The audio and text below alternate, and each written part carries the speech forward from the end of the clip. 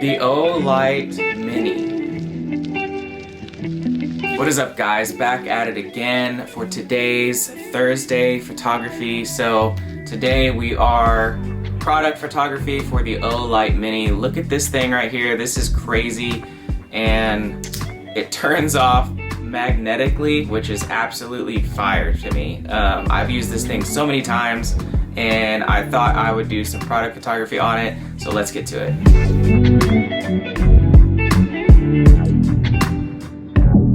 Here we go, guys. So first thing you want to do, or at least that I'm looking at, is the crop.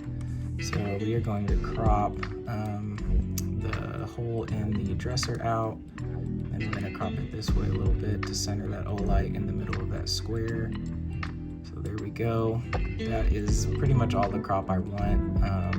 I could go down a little bit to just cover the top of this right here, and maybe go up a little bit. So I think that's a good crop. Next thing I want to do is, I kind of have the presets that I've made in the past right here to kind of see which one I want to go with. Definitely don't want black and white. Here we go. So Amsterdam, that's a little too much. Cinematic's nice, but it kind of drowns out some detail in the shot. Cinematic 2's too over the top. Low light is nice. It's a little grainy. I mean, we could fix that.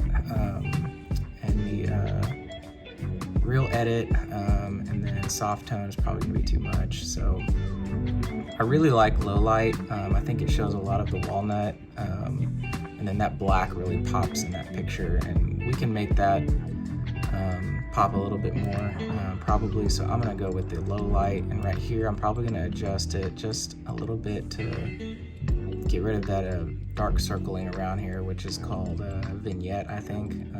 Probably butchered that name, but anyway, so we're gonna start there, and then the first thing I like doing is getting rid of all this so I can kind of see what it looks like. So what I want to do first is I do want to mask. I really like the masking tool, and skip the brush, size, go to a 3.6, and then basically just painting this whole thing right here. You could click the subject, but actually, you know what? I don't like that. So we're gonna undo that. I'm actually gonna paint everything but the, actually, I don't think I'm painting anything. Okay, we undid that. I'm gonna go back to brush. It's already set at 3.6. So what we're gonna do is actually paint underneath that light. And we're gonna basically just paint all the way around it and then color it in. That should be good right there. So basically, it'll only edit what's highlighted. So now, zoom in just a little bit, and then let's see what we can do. Here's the exposure. You kind of can play with it, see how it lightens and brightens. So pretty much I want to lighten it up just a little bit, just to make that pop, and then we're gonna go to the blacks. We're gonna tone the blacks down just a bit. So really that brand name can stand out, because I really, really like this brand name on this light right here.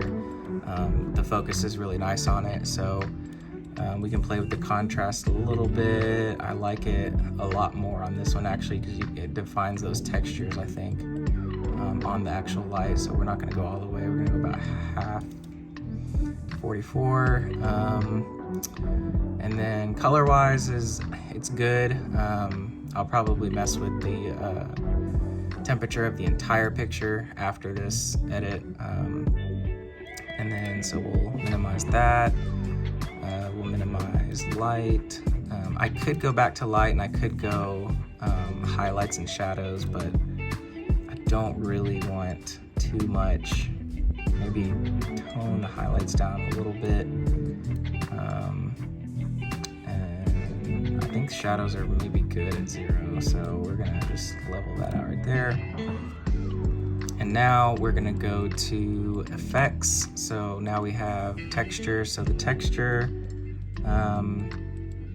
pretty much looks like it brightens up some of the texture. So I think I'm going to kind of go a little bit up on that one. Clarity, everybody likes to boost clarity, but I guess it kind of just depends on the photo. But I'm gonna go up a little bit on clarity. And then dehazing the image actually just gives you that hue around your lighting. See how like that brightens that up like that. So we don't really want to mess with that too much. You don't want to make it too blurry. There's already a blurry feel around the hue of this light right here, which we might be able to fix. So next thing, we can look at the detail. Sharpness is good, and then this other stuff, I mean, you can see noise reduction in there. I mean, you could do it if you wanted to, but I mean, it is what it is. I mean, it's very small detail. I mean, we're zoomed in a little bit too, so details are good. So now let's mess with the overall. Let's go back out a little bit. So that looks really nice and detailed. I really think that you can really see that, and I'll show before and after pictures of the edit and let you guys be the judge if you would like this on kind of like a I don't know, like a commercial or like, you know, something on their product website or something. And this is just very basic editing. I'm not doing anything too crazy. I'm hardly gonna mess with the details and the background and stuff, mainly focusing on this light. So what I wanna do now is maybe focus on the background just a little bit. And I said I was gonna mess with the color temperature. So I like that it's warm, but if you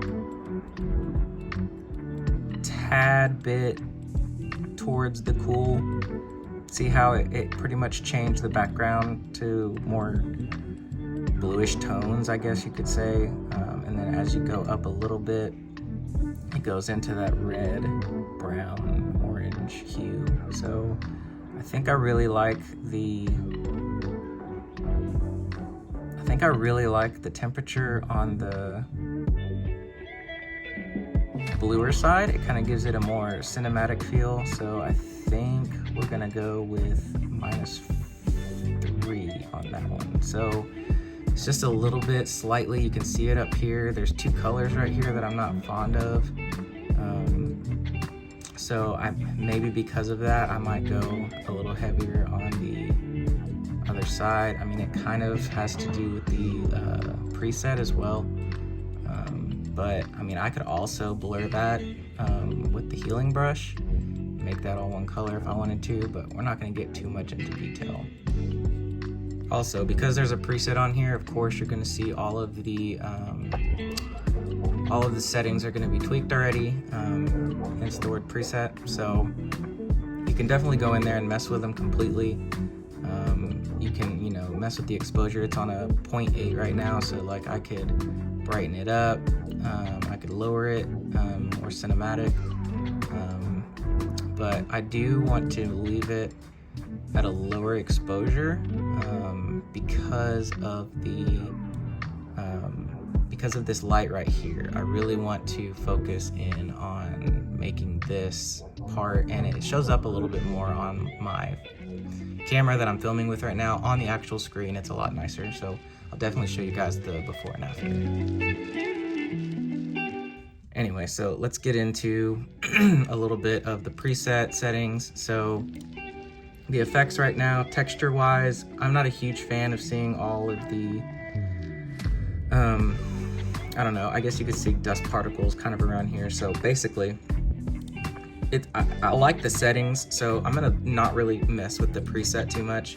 I'm actually gonna go in and mess with the healing part. So basically I'm gonna take my healing brush and I'm gonna go over, see this little dot right here? Hopefully it is bye-bye now. So I'm gonna crank that size up a little bit more. I'm gonna go down here, and there goes that one. There's one here.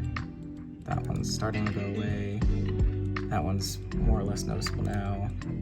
There goes that one. There's that one. And you can pretty much see how it makes this shot look much better when there's not dust particles all over the place. So the colors on the actual camera right now that I'm filming on is not that great, so I can't really show you the actual true color of this walnut, but the Sony a6400 shoots in magnificent color. This color looks exactly like my dresser does, so I absolutely love this picture. I am noticing right now this thing in this corner right here. I'm not sure if I want to take that out. I probably could do a small crop. I could lower this like right there where it's now out of my picture completely. Maybe raise this a little bit, and then let's go back and see how that is. So I think it's better. This is gonna go on Instagram, so I mean, it is what it is. And it's also a video for you guys to kind of see my editing process and how I try not to make it too difficult, but I also want to keep it, you know, somewhat challenging for myself. There's some particles here in this light that I could probably get rid of. As you can see, maybe like right here, right here, right here. But you can barely see my mouse in the camera. I can see it much more on my laptop. But so I'm gonna go ahead and get into finishing up this so you guys enjoy the time lapse.